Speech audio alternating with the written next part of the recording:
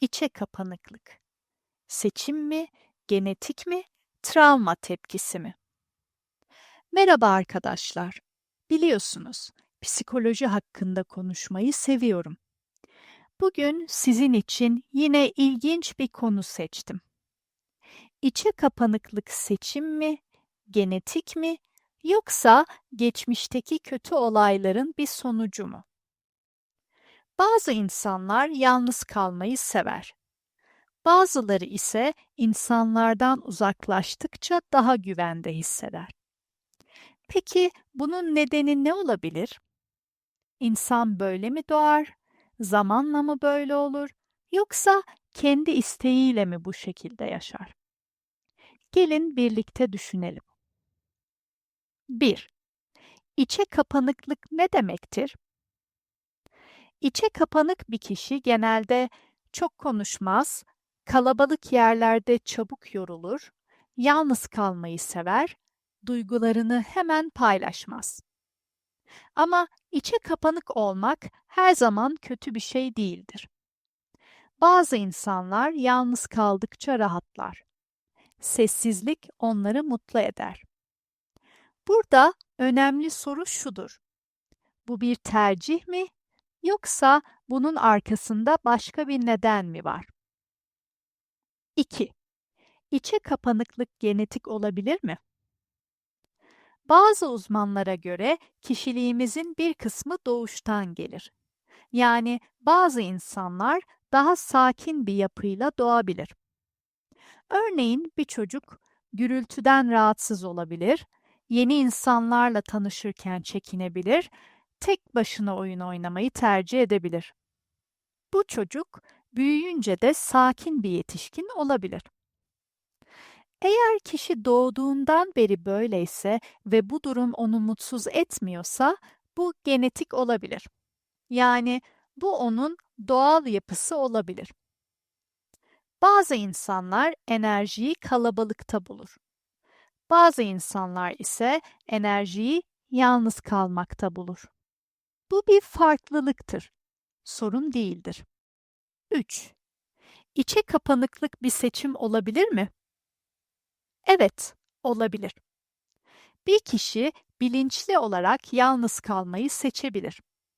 Örneğin daha iyi ders çalışmak için, kendini dinlemek için veya sosyal medyadan uzak durmak için.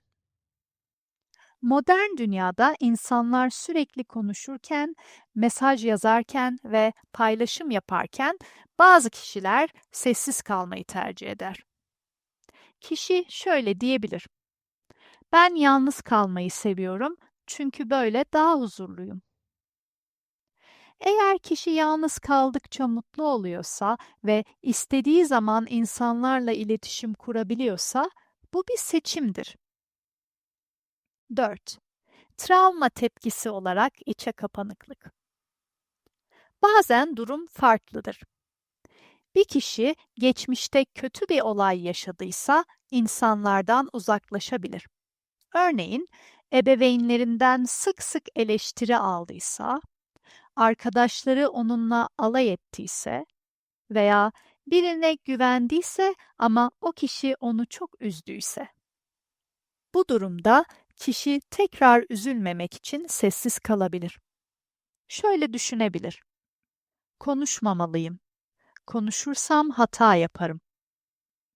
İnsanlara güvenirsem yine üzülürüm. Bu bir korunma şeklidir. Kişi insanlarla yakın olup tekrar üzülmektense geri çekilir. Bunu yaparak kendini tekrar incinmekten korumaya çalışır. Ancak kısa vadede yalnızken rahat ve mutlu hissetse bile uzun vadede yalnızlık ona kötü gelebilir. 5. Farkı nasıl anlarız? İçe kapanıklığın nedenini anlamak için kendimize bazı sorular sorabiliriz.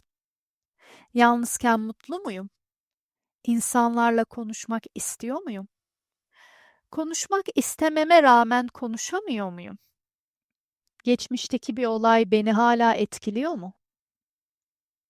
Eğer kişi İstesem sosyal olabilirim ama yalnız kalmayı tercih ediyorum diyorsa bu büyük ihtimalle seçimdir. Ama kişi konuşmak istemesine rağmen korkup susuyorsa bu travma olabilir. 6. Hepsi birlikte olabilir mi? Evet, olabilir. İnsanın kişiliği birçok faktörden etkilenebilir. Hayat ve insan beyni karmaşıktır. 7. Değişmek gerekir mi? Kişi hayatından memnun olduğu sürece değişmek zorunda değildir. Herkes dışa dönük olmak zorunda değildir. Ama kişi yalnız kaldığında mutsuz oluyorsa ve insanlarla daha yakın olmak istiyorsa küçük adımlar atabilir. Örneğin küçük bir grupta konuşmak, yakın arkadaşlarla duygularını paylaşmak veya yeni bir kursa başlamak. Küçük adımlar attıkça korku azalabilir. 8. Sonuç. İçe kapanıklık 3 farklı faktörden biri veya birkaçından dolayı olabilir. Genetik. Kişi böyle doğmuştur.